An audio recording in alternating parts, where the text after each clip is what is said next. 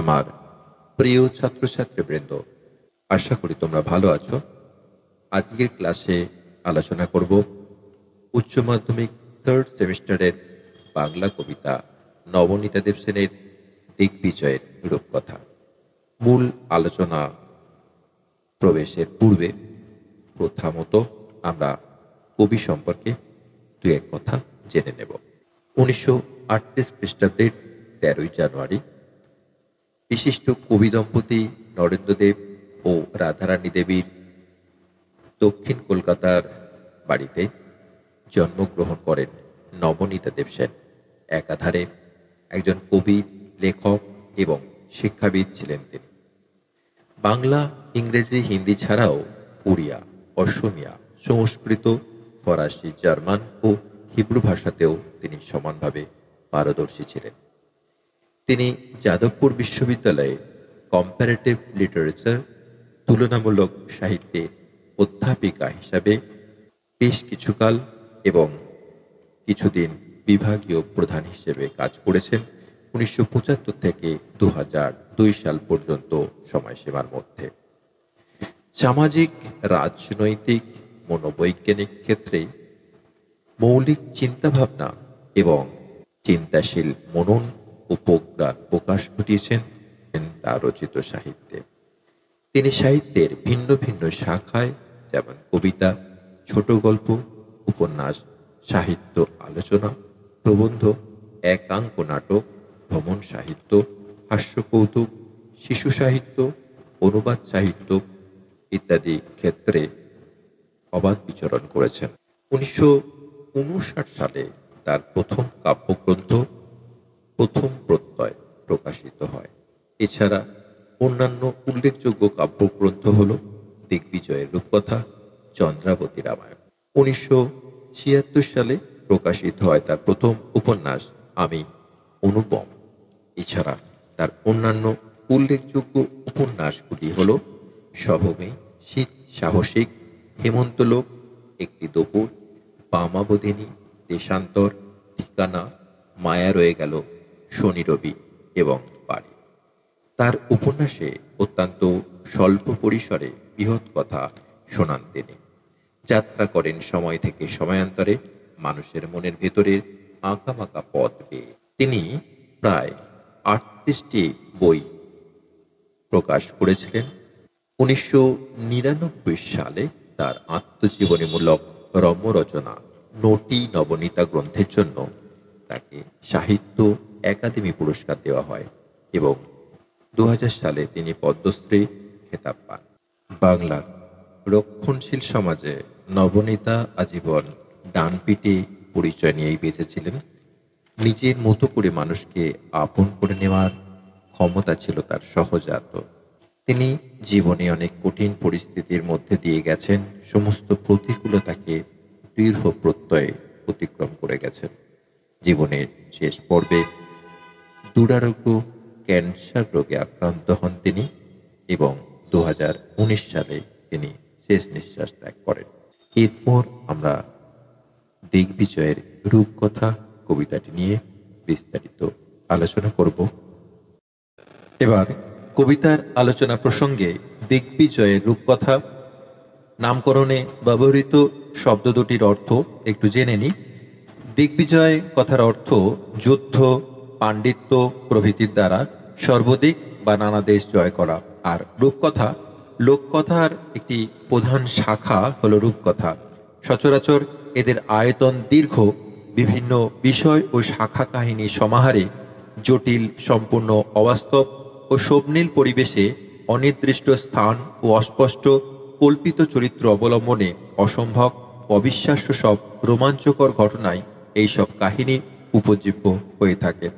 এবং রূপকথার গল্পে আমরা রাজপুত্র, রাজা, রানী, দুয়োরানী, সুয়োরানী, ব্যঙ্গমা, ব্যঙ্গমী, রাক্ষস, খোক্কস, তেপান্তরের মাঠ, সাত সমুদ্র, 13 নদী ইত্যাদি প্রসঙ্গ অনুষঙ্গ এই রূপকথার গল্পে স্বাভাবিকভাবেই এসে পড়ে।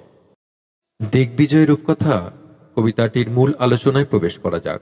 রক্তে আমি রাজপুত্র, হলেনি বা দক্ষিণী জননী, দিগ্বিজয়ে যেতে হবে, দুয়োরানী দিলেন সাজিয়ে। রূপকথার গল্পে দুয়োরানী এবং সুয়োরানী প্রসঙ্গ বারবার এসেছে। সুয়োরানী হলেন সৌভাগ্যবতী, স্বামীর প্রিয়, স্বামী সোহাগিনী, রাজকীয় বিলাস, রাজকীয় সুখ স্বাচ্ছন্দ্য তার জন্য। কিন্তু দুয়োরানীর ভাগ্যে সেসব নেই। সে ভাগ্যহীনা, স্বামীর অপ্রিয়া, দুর্ভাগা। তাই দুঃখ এবং কষ্ট তার জীবনের নিত্য সঙ্গে।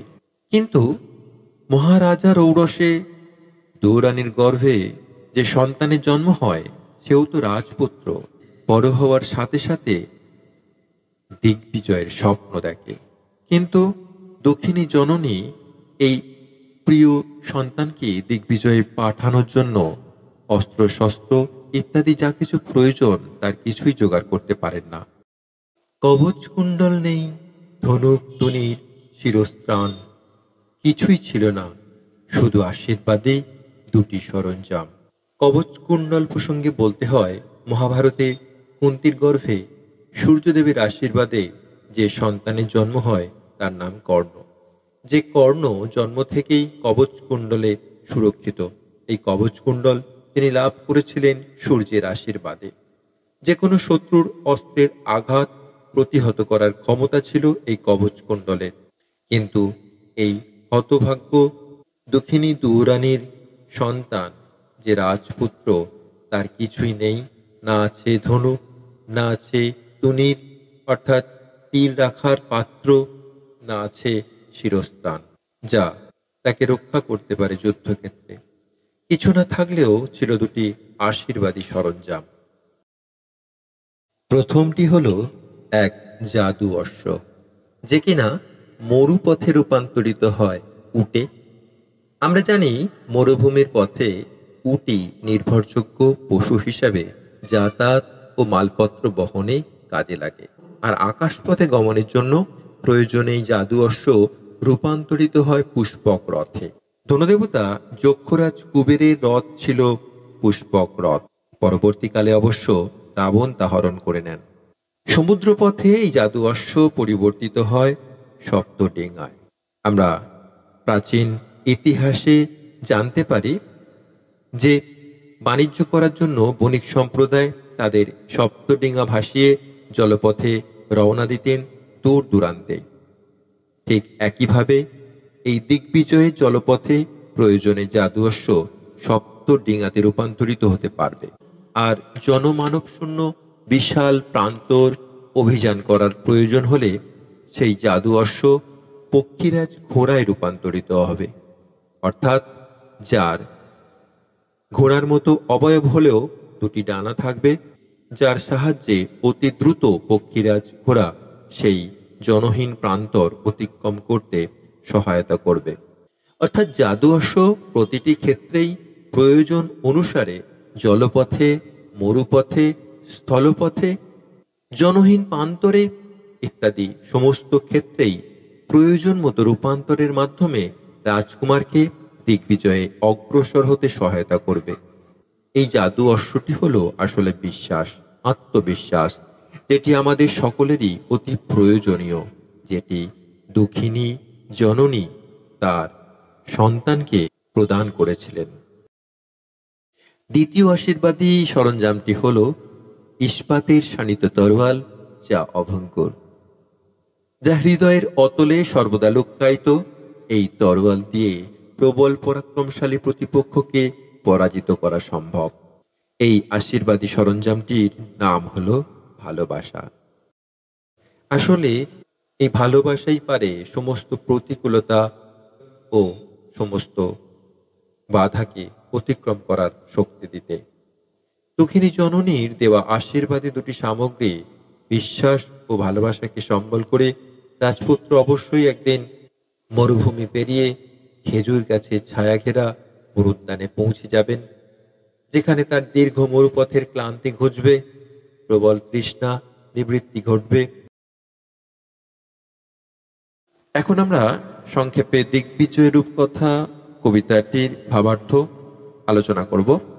জগৎরূপ বিশাল তত্ত্বের ক্ষুদ্র সংস্করণ এই জীবজগতের প্রতিটি জীব এবং তার সর্বশ্রেষ্ঠ প্রকাশ ঘটেছে মানুষের মধ্যে। যা নেই ভাণ্ডে তা নেই ব্রহ্মাণ্ডে, কথাটির সত্যতা নিয়ে কোনো সন্দেহের অবকাশ নেই। ঠিক যেমন এক আঁচলা সমুদ্রের জল সমুদ্র থেকে তুলে নিলে তার মধ্যে সমুদ্র জলের সমস্ত বৈশিষ্ট্য পুরো মাত্রায় বর্তমান থাকে, সেই অর্থে বিশ্বস্রষ্টা, যিনি বিশ্বের সকল শক্তির অধীশ্বর, সেই রাজাধিরাজের সন্তান আমরা। প্রতিটি মানুষই রাজপুত্র, অর্থাৎ সেই বিশ্ববিধাতার সন্তান। তার সমগ্র বিশ্বের সকল সম্পদের দাবিদার আমরা। কিন্তু মায়ের সংসারে জন্মদাত্রী মা, মাটির পৃথিবীর মা যেন দুয়োরানী, দুঃখিনী জননী। তাই সেই হত দরিদ্র মা সংসার যুদ্ধে সংগ্রামের জন্য তার পুত্রকে উল্লেখযোগ্য কোনো কিছুই প্রদান করতে পারেন না। বিশাল বিশ্বস্রষ্টার বিরাট ঐশ্বর্যের কোনো কিছুই তার কাছে নেই, কিন্তু দুটি শাশ্বত জিনিস তিনি তার পুত্রকে সযত্নে প্রদান করেন। সেগুলি হলো বিশ্বাস ও ভালোবাসা। এই বিশ্বাসই পারে সমস্ত প্রতিকূলতায়, সমস্ত স্থান ও কালে বিজয়ী হবার শক্তি দিতে। আর ভালোবাসার শক্তি রুক্ষ, শুষ্ক, অভাব, অভিযোগ ইত্যাদির বিরুদ্ধে লড়াই করে স্নিগ্ধ, সুন্দর, পবিত্র, আনন্দময় জগৎ সৃষ্টি করতে আমাদের সাহায্য করে। মানুষ যদি বিশ্বাস ও ভালোবাসার শক্তিতে বলীয়ান হয়, তাহলে মানব জীবনের সার্থকতা ও সফলতা অনায়াসে লাভ করা সম্ভব। দিগ্বিজয় রূপকথা কবিতায় সেই কথাই বলা হয়েছে, অর্থাৎ মর্তলোকের অধিবাসী এই মানুষ আসলে সে কিন্তু বিশ্বস্রষ্টার সন্তান। তাই সে এই মাটির পৃথিবীর ধুলোমাখা পরিবেশের মধ্যে লালিত হলেও সে যে অমৃতের সন্তান, এই বোধ তার মধ্যে ধীরে ধীরে যখন জাগ্রত হয়, তারপরে সে কিন্তু দিগ্বিজয় যাওয়ার স্বপ্ন দেখে। তার সেই মাটির পৃথিবীর জন্মদাত্রী মা দুয়োরানী তাকে যে বিশ্বাস এবং ভালোবাসার আশীর্বাদী সরঞ্জাম প্রদান করেন, তাই নিয়েই কিন্তু সে অগ্রসর হয় জীবনের পথে। এবং একসময় এই দুটি সরঞ্জামকে আশ্রয় করেই সে জীবনের পথে সফলতা পায় এবং প্রকৃত অর্থে দিগ্বিজয়ী হয়। তাহলে কবিতাটির মধ্য দিয়ে খুব সহজে, খুব সরলভাবে যে কথাগুলি বলার চেষ্টা করা হয়েছে, তা কিন্তু অত্যন্ত তাৎপর্যবাহী এবং প্রকৃতপক্ষে আমাদের প্রতিটি মানুষের কাছেই তা অত্যন্ত গুরুত্বপূর্ণ একটি শিক্ষা। আজ ক্লাসে এটুকুই। কবিতাটি ভালো করে পড়বে এবং ভালো করে বুঝে নিলে এর মধ্যে যে জটিলতা, সেটা কিন্তু তোমাদের কাছে কোনো বাধাই হবে না। তোমাদের সমস্ত পাঠ্যে বুঝে নিয়ে এবং তার উত্তর করতে কোনো অসুবিধা হবে না বলেই আমার বিশ্বাস। ভালো থেকো। পরবর্তী ক্লাসে নিশ্চয়ই আবার দেখা হবে।